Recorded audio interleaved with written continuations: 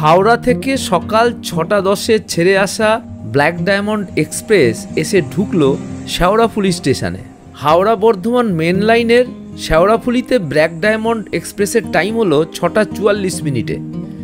10 minute লেটে পৌঁছালো train শেওড়াফুলিতে।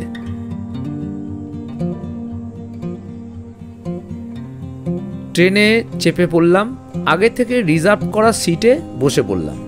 নামবো বরাকর স্টেশনে, দেখতে যাব মা কল্যাণেশ্বরী মন্দির। নেমে গেলাম বরাকর স্টেশনে, যাব কল্যাণেশ্বরী মন্দির। এখান থেকে মোটামুটি কল্যাণেশ্বরী মন্দির 5.5 কিলোমিটার রাস্তা, অটোতে চলে যাব। কল্যাণেশ্বরী মন্দির ও মাইথন ড্যাম দেখতে হলে এই ব্ল্যাক ডায়মন্ড এক্সপ্রেসটা যেটা দাঁড়িয়ে রয়েছে পাশে, এটাই হচ্ছে বেস্ট অপশন। সকালবেলা হাওড়া থেকে এই ব্ল্যাক ডায়মন্ড ধরে আসতে হবে। আমরা যদিও শেওড়াফুলি থেকে এসেছি, শেওড়াফুলিতে 6:43 টাইম ছিল, ঠিক 10:10 আমরা বরাকরে পৌঁছে গেলাম। এবারে আমরা অটোতে করে চলে যাব কল্যাণেশ্বরী মন্দিরে।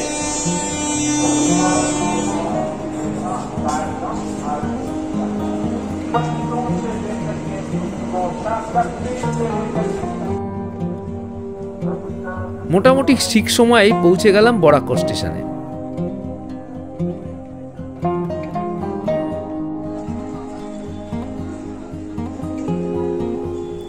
আস্তে আস্তে ওভারব্রিজ টপকে বাইরের দিকে গিয়ে দেখতে পেলাম নিচে অনেক অটোরিকশা লাইন দিয়ে দাঁড়িয়ে আছে। এখান থেকে কল্যাণেশ্বরী মন্দির মোটামুটি 6 কিলোমিটার পথ। অটো ভাড়া জনপ্রতি 25 টাকা, রিজার্ভ করলে 150 টাকা, আর প্রাইভেট গাড়িতে ভাড়া 300 টাকা।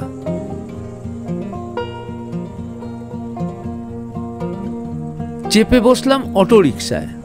এবড়ো খেবড়ো রাস্তায় ঝাঁকুনি খেতে খেতে এগিয়ে চললাম মা কল্যাণেশ্বরী মন্দিরের পথে।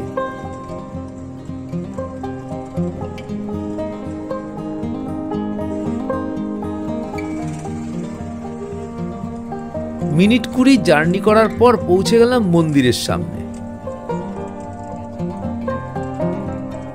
এখান থেকে একটা রাস্তা চলে গেছে দেন্দুয়া মোড় হয়ে চিত্তরঞ্জনের দিকে, আর একটা রাস্তা, এই বাঁদিকের রাস্তাটা চলে গেছে মাইথন ব্যারেজ হয়ে পুরুলিয়ার দিকে।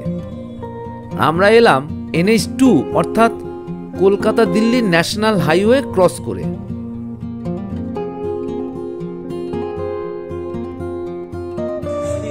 অটোতে আমরা চলে এলাম মোটামুটি বরাকর স্টেশন থেকে কল্যাণেশ্বরী মন্দিরে। এবারে আমরা পুজোর ডালা নিয়ে আস্তে আস্তে এগিয়ে চলেছি মায়ের মন্দিরের দিকে। জাগ্রত দেবতা মা কল্যাণেশ্বরী। বরাকর স্টেশনে নেমে অটোতে বা রিজার্ভ গাড়িতে চলে আসতে পারেন কল্যাণেশ্বরী মন্দির। এখানে পুজো দিয়ে মাইথন ড্যাম দেখে আপনারা দিনে দিনে ফিরে যেতে পারেন। বিকেল 5টায় ট্রেন পাবেন এখান থেকে ফেরার।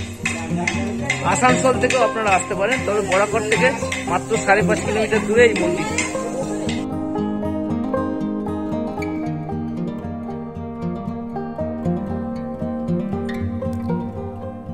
500 বছরের প্রাচীন এই কল্যাণেশ্বরী মায়ের মন্দির।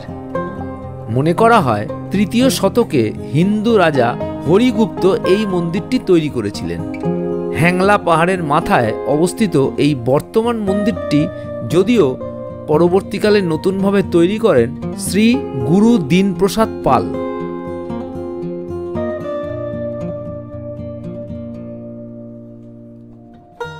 মা কল্যাণেশ্বরী খুব জাগ্রত দেবী।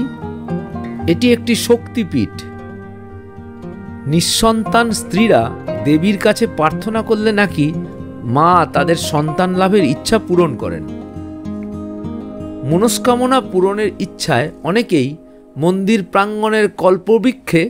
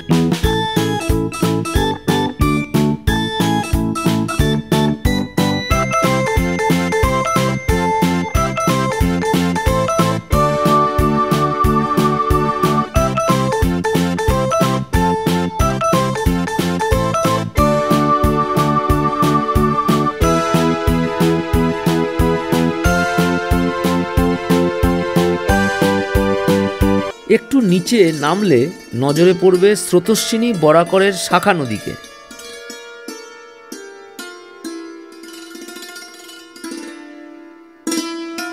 প্রচণ্ড স্রোতের সঙ্গে উঁচু নিচু পাথরে ধাক্কা খেতে খেতে নিচে নেমে যাচ্ছে।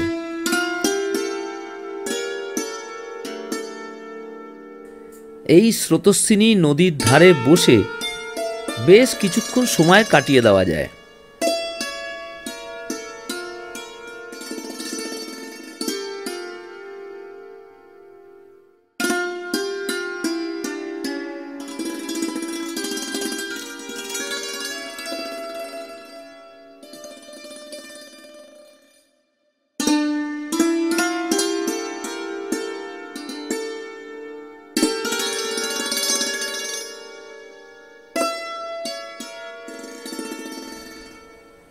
মন্দিরের এক পাশে রয়েছে শিবের মন্দির।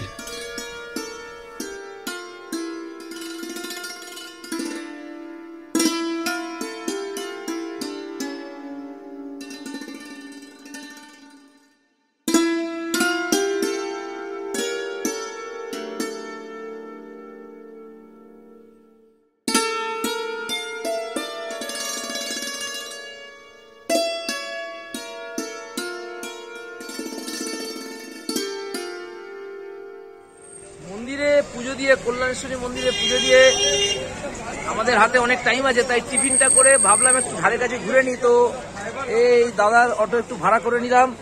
আমার অনেক দিনের কয়লা খনি দেখার ইচ্ছা ছিল, দাদা বলছে দেখাবে। তো আমরা কয়লা খনি দেখবো, আমরা দেখবো ড্যাম, দেখবো আমরা মাইথন ড্যাম, এবং আরো দুই একটা কাছাকাছি জায়গা আছে। এটা দেখে আমরা স্টেশনে চলে যাব, বরাকর স্টেশনে 5টার সময় আমাদের বিকেল 5টার ট্রেন আছে। তো আমরা তাই অটোতে এখন রওনা দিচ্ছি। প্রথমে আমরা যাবো কয়লা খনি, তাই তো? ঠিক আছে, খনিটার কি নাম দাদা? গঞ্জেবাড়ি কয়লা খনিটা দেখে তারপরে যাব মাইথন ড্যাম। কল্যাণেশ্বরী মন্দিরের যে সামনে মোড় আছে, ওই মোড় থেকে 6 কিলোমিটার দূরে চলে এলাম আমরা বঞ্জে মেহারি কয়লা খনির সামনে। বঞ্জে মেহারি কয়লা খনি দেখতে পাচ্ছেন আমার পিছনে, এটা একটা ওপেন খাদান, কয়লা তোলা হচ্ছে। রুক্ষ এলাকা, চারিদিকে উপর থেকে কয়লা তুলতে তুলতে নিচের দিকে গাড়িগুলো নামছে। এখান থেকে আমি ভালো করে একেবারে যেখানে কয়লা তোলা সেটাকে দেখাতে পারবো না। নিচে একটা জল দেখা যাচ্ছে, এই জলটা জমেছে যেখানে, তার পাশেই রয়েছে কয়লার খাদানটা। তো আমি এখান থেকে যতটা চেষ্টা করব আপনাদেরকে দেখাতে, আপনারা তাহলে বুঝতে পারবেন এই ওপেন কয়লা খনিটি অনেক প্রাচীন কয়লা খনি এবং এর কয়লার কোয়ালিটিও মারাত্মক। তো আমি এই কয়লা খনিটা আপনাদের দেখাই আর এর ইতিহাসটা আমি বলতে থাকি।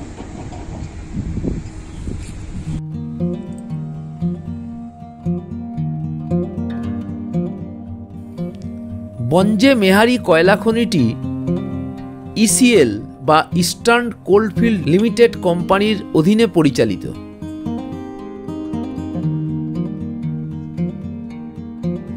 এটি সুড়ঙ্গ কেটে কয়লা তোলার খনি নয়, সরাসরি মাটি খুঁড়ে কয়লা তোলা হয় এই খনি থেকে। প্রায় 25 বছর ধরে কয়লা তোলা হচ্ছে এই খনি থেকে।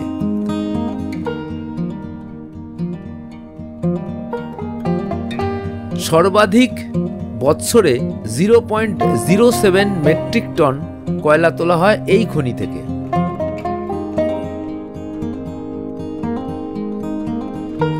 আরও প্রায় 4 বছর এই খনি থেকে কয়লা পাওয়া যাবে বলে আশা করা যাচ্ছে। তাই পার্শ্ববর্তী এলাকায় নতুন করে খনন কার্য শুরু হয়েছে।